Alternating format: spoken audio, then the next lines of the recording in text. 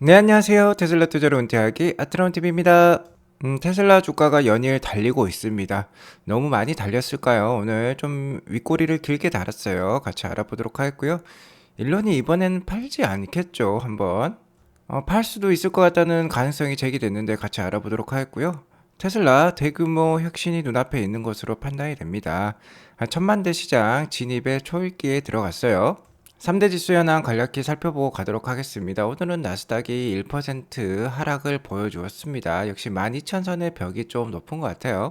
11,789까지 내려왔습니다. 장 초반에는 이렇게 다들 좋은 모습이었어요. 1%대 상승을 보여주었는데 장 막판에 이렇게 하락으로 마감한 모습이 그간 최근에 뭐 나스닥이든 테슬라든 많이 올랐기 때문에 기술적인 하락이 이어졌다라고 볼 수 있을 것 같고요. 10년물 국채금리가 지금 스멀스멀 오르고 있습니다. 이런 부분들이 주가에 안 좋은 영향을 미친 것 같아요. 자, 장 초반에 좋았던 모습은요. 지난주 신규 실업보험 청구자 수가 전주보다 1만 3천 명 증가한 19만 6천 명으로 집계가 되면서 예상치를 뛰어넘었죠.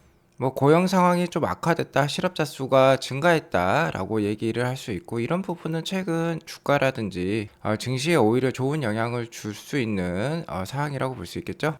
고용이 약해지면 약해질수록 미국 연준의 금리 인상 수준이 떨어질 수 있기 때문에 어느 정도 호재로 인식이 되면서 장 초반에는 좋은 모습인 것으로 판단이 들어요. 하지만 뭐 장 막판에는 경기 침체 우려감이 들면서 하락을 했다라고 볼 수 있겠는데 2년물 국채금리랑 10년물 국채금리의 역전이라고 하죠. 장단기 금리차 역전 형상이 지금 최대로 벌어지고 있습니다.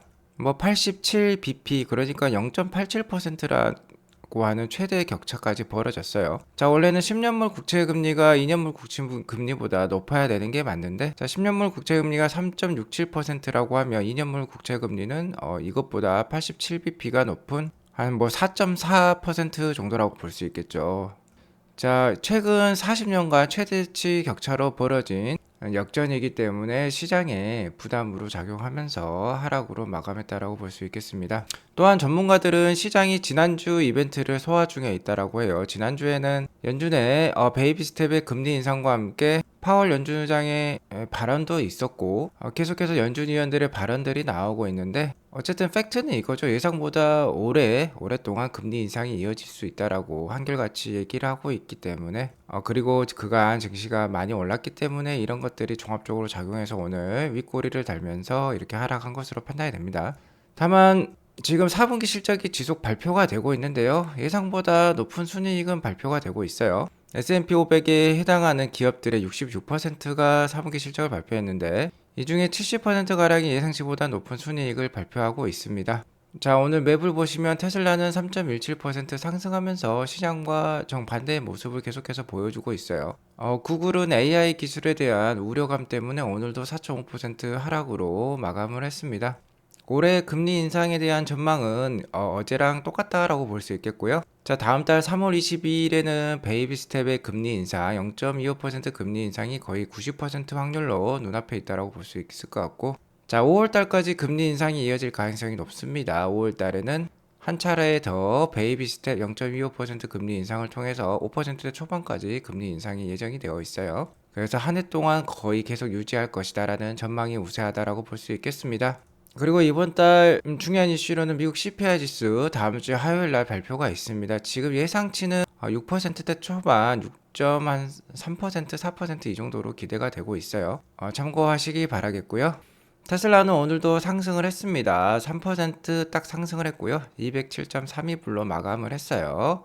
자, 오늘 차트를 보시면 자, 이 봉입니다. 보시면은 윗꼬리가 길게 달고 몸통이 짧은 봉이 나왔어요. 자, 이제 어느 정도 테슬라가 많이 올랐기 때문에 매도세랑 매수세가 치열하게 다투는 그런 봉이 나왔다라고 볼 수 있을 것 같습니다. 자, 윗꼬리가 길게 나왔다는 거는 매도세도 이제 좀 커졌다라는 뜻이에요. 뭐 아직까지는 단기적으로는 계속해서 상승의 방향을 틀고 있다라고 제가 말씀을 드려왔죠. 하지만 전에 한 230불대에서 매수와 매도가 번갈아 가면서 매물이 많이 출회된 구간이기 때문에 지금부터는 뭐 폭발적인 그간 보여주었던 폭발적인 상승보다는 좀 횡보하는 듯한 움직임이 많이 나올 것으로 전망이 됩니다. 참고하시기 바라겠고요. 어쨌든 최근에 이렇게 폭발적인 주가 상승, 그러니까 뭐 101불을 찍고 지금 거의 2배가 오른 게 거의 한 달 사이에 이루어졌습니다. 이러한 급상승의 배경에는 역시 마스터 플랜 3가 발표될 인베스터 데이에 대한 기대감도 작용하고 있는 것으로 판단이 돼요. 현재 3월 1일에 개최 예정인데 아직 한 달도 아직 안 남았습니다. 이젠 일론 머스크는 The future is bright라면서 미래는 밝다라고 얘기를 하면서 기대감을 키우고 있는데요. 자, 혹자는 이렇게 얘기할 수 있습니다. 테슬라의 배터리 EV 시장, 글로벌 시장 점유율이 떨어지고 있다. 정말 테슬라의 미래가 밝은 건 맞아? 라고 의문을 제기할 수 있어요. 자, 작년 4분기 기준으로 테슬라의 배터리 EV, 그러니까 순수 전기차 시장 점유율이죠. 이 점유율이 17% 정도로 내려왔어요. 한때는 이게 거의 30%에 육박을 했었습니다. 거의 뭐 절반 가까이 이제 떨어졌다라고 볼 수 있겠어요. 자, 하지만 중요한 거는 내연기관을 전체 포함했을 때 전체 신차 시장에서의 점유율이 중요합니다. 자, 전기차는 계속해서 더 많이 팔리고 있는데 내연기관 차는 판매량이 줄어들고 있죠. 그러니까 종합적으로 글로벌 마켓 신차 시장 전체를 봤을 때는 테슬라의 점유율은 이렇게 오르고 있는 게 맞습니다. 자, 작년 2분기에는 잠깐 이렇게 하락을 했었죠. 이때는 기가 상하이가 한 달 이상 문을 닫았기 때문에 코로나로 인해서 문을 닫았기 때문에 생산량이 뒷받침되지 못해서 잠깐 떨어진 거고요. 테슬라의 전체 시장 점유율은 계속 상승하고 있다. 2.1%까지 올라왔어요. 자, 그리고 전체 전기차 시장의 점유율은 올라가고 있기 때문에 테슬라의 이런 시장 점유율은 계속 상승할 수밖에 없습니다. 내연기관차의 판매는 줄어들고 배터리 EV 전체 시장은 커지고 있으니까, 파이가 커지고 있으니까 테슬라의 이러한 시장 점유율도 계속 올라간다는 거예요. 자, 현재 전기차 침투율은요 11% 이상까지 올라왔습니다. 자, 10대의 신차가 판매된다면 그 중에 한 대 이상이 이제는 순수 전기차라는 거예요. 플러그인 하이브리드 아닙니다. 순수 전기로만 가는, 전기를 충전해서 전기로만 가는 배터리 EV가 이제는 10%를 넘어섰어요. 자, 그리고 15%라는 이제 벽을 넘어서면 매스마켓으로 확산이 됩니다. 자, 스마트폰도 마찬가지였어요. 뭐 TV, 냉장고, 세탁기 다 마찬가지였습니다. 15%라는 벽을 넘으면요 누구나 이제 사게 되는 그런 제품이 된다는 거예요. 현재 뭐 11%니까 15% 얼마 안 남았습니다. 15%라는 벽을 우리는 캐즘이라고 부르는데요. 이 캐즘의 단계를 넘어서면 이제 다수 사용자 영역 매스마켓으로 넘어간다는 거예요. 자, 대규모 혁신이 눈앞에 놓여있다라고 볼 수 있겠는데요. 이런 혁신을 앞당길 사건이 지금 우리 눈앞에, 바로 눈앞에 와 있습니다. 바로 3월 1일 인베스터 데이라고 볼 수 있겠는데,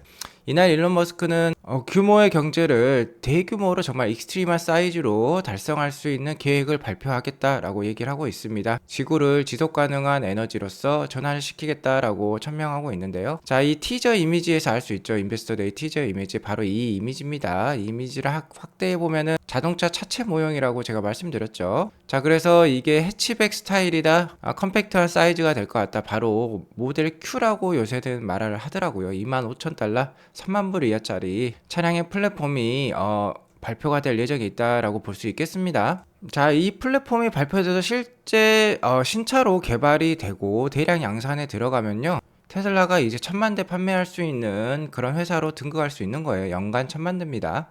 가장 큰 시장의 포션을 차지하고 있는 그런 시장이기 때문에 연간 1000만 대 판매할 수 있게 되는 것이고요. 최근에 1월 달에 뭐 대규모 가격 인하가 있었죠. 이에 따라서 EV 보조금도 7,500불에 달하는 EV 보조금도 이제 받을 수 있게 됐고요. 자, 그리고 인베스터 데이를 통해서 플랫폼 3 25,000불에서 3만 불짜리 차량이 이제 곧 발표가 될 예정에 있습니다. 정말 분위기가 좋아요. 자, 이런 분위기가 주가와 함께 어우러지면서 지금 테슬라 주식을 사기 위해서 이렇게 줄 서 있는 모습 우리가 볼 수 있습니다. 102불일 때는 아무도 없었어요. 하지만 208불이 되니까 이렇게 사람들이 다시 한번 몰려들고 있습니다. 자, 다 좋습니다. 하지만 분위기가 너무 좋으니까 또 슬슬 불안해진다라고 볼 수 있겠어요. 테슬라 투자자라면 항상 이런 불안감이 있습니다. 워낙 주가의 급등락이 심하니까 불안감이 있다라고 볼 수 있겠는데요. 특히 일론 머스크가 긍정적일 때마다 더욱더 좀 불안해지긴 했었어요.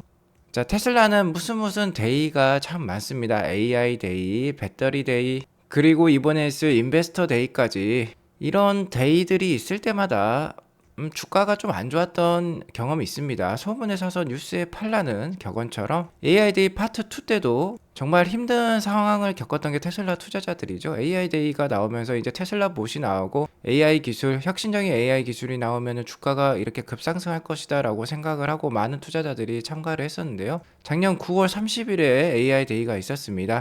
이때 AI데이 당시 테슬라 주가가 265불이었어요. 근데 그 다음에 일론 머스크의 트위터 인수가 10월 달에 있었고 그 이후에 일론 머스크의 대규모 주식 매도가 있었죠. 자, 그러면서 265불이었던 주가가 101불까지 수직 낙하했습니다. 3분의 1 가격까지 거의 떨어졌다라고 볼 수 있겠는데요. 이런 아픈 경험 때문인지 이번 인베스터 데이에 대해서도 좀 불안하게 생각하시는 분이 한 분이 계세요. 스쿼크 스퀘어라는 분인데 무려 7만 3천 명의 트위터 팔로워를 갖고 계신 미국의 투자자인데 자기 자신을 테슬라 불이라고 얘기하고 있어요. 테슬라 불 세력인데 데이 트레이더라고도 얘기를 하고 있습니다. 자, 테슬라 주가가 200불이 넘고 인베스터 데이가 가까워지자 일론 머스크가 주식을 팔지 않을까라고 지금 우려감을 제기하고 있어요. 자, We call Elon Stock Dumping Day라는 말을 쓰고 있습니다. 자, 이런 AI 데이 때 안 좋은 기억이 있기 때문에, 추억이 있기 때문에 이런 의문을 제기하는 것 같기도 해요. 하지만요, 설마 이번에는 팔지 않을 것 같습니다. 자, 일론 머스크는 지난 12월 20일경에요.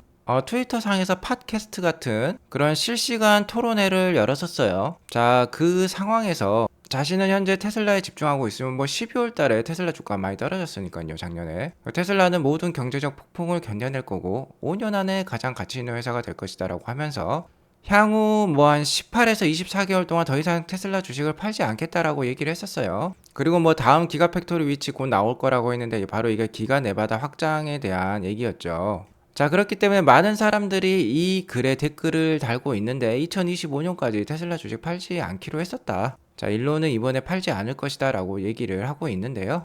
제 생각에도 아무리 빨라도 2024년 6월까지는 팔지 않을 것으로 판단이 됩니다. 자, 이번에 정말 주식을 팔게 되면요, 정말 나쁜 놈이 될 수 있고 테슬라 브랜드 가치에도 큰 하락 영향을 줄 수 있기 때문에 팔지는 않을 것이라고 믿습니다. 머스크 형 믿습니다. 특히 최근에 트위터가 브레이크 이븐 포인트, 그러니까 이제 손실을 안 보고요, 수익을 볼 수 있는 그런 체제를 갖추었다라고 일론 머스크가 얘기를 하고 있기 때문에 트위터 때문에 테슬라 주식을 대규모 매도할 일은 그다지 없을 것 같아요. 그래서 자, 이번엔 주가가 지금 2배 이상 올랐고 인베스터 데이도 앞두고 있지만 인베스터 데이 이후에 일론 머스크의 매도는 없을 것 같고요. 하지만 이런 안 좋은 기억이 있기 때문에, 그리고 최근 주가가 급상승했기 때문에 소문에 사서 뉴스에 팔라라는 말처럼 오늘 이렇게 주가도 윗꼬리를 단 것처럼 주식이 다소 하락하고 횡보할 수도 있다는 거는 유념해 두시기 바라겠습니다. 자, 하지만 테슬라의 장기적인 미래는 정말 밝다라고 할 수 있겠어요. 최근에 사이버 트럭이 4개 바퀴가 따로 논다라고도 제가 얘기를 드렸고, 자, 이 정도 개발이 됐으면은 이제 정말 대량 생산을 눈앞에 두고 있는 것으로 또 판단이 들고요. 이에 더불어서 자, 플랫폼 3를 뜻합니다. 여기서 M3는 모델 3가 아니고요. 자, 그러니까 모델 Q가 인베스터 데이 때 지금 어느 정도 윤곽이 드러날 것으로 판단이 되는데요. 자, 모델 Q가 나온다면 역사적인 사건이 될 수 있습니다. 자, 테슬라는 10만 대급 고급 차량으로 시작을 했어요. 바로 모델 S, 모델 X, 그리고 로드스터 같은 이런 고급 차량을 뜻한다고 할 수 있겠죠. 자, 그 다음에는 100만 대급 프리미엄 시장에서도 성공을 했습니다. 바로 모델 3, 모델 Y라고 볼 수 있겠죠. 자, 우리도 5천만 원에서 8천만 원대 차량이기 때문에 프리미엄 시장에 있는 그런 제품이라고 볼 수 있겠고요. 그 두 모델을 가지고 100만 대급 이상으로 성공을 했어요. 자, 이제는 연간 1000만 대급 시장을 노립니다. 바로 대중차 시장을 접수할 준비에 있다라고 볼 수 있겠는데요. 바로 이 해치백 모델, 이 모델 Q가 되겠습니다. 이렇게 지금 예상되는 모습이 나왔는데요. 분명히 모델 Y 같은 스타일인데 모델 3 같기도 합니다. 그렇지만 모델 3보다 작은 스타일, 해치백 스타일이죠. 자, 이 모델이 나와서 이제 테슬라가 연간 1000만 대, 2000만 대까지 판매를 할 수 있으면요, 바로 내연기관 차는 차량 업체들은 죽음의 소용돌이에 이렇게 빠지게 됩니다. 계속 말씀드렸죠. 2027년에 내연기관차 신차 판매량이 2000만 대에서 3000만 대 가까이 빠질 수도 있다라는 것입니다. 대신에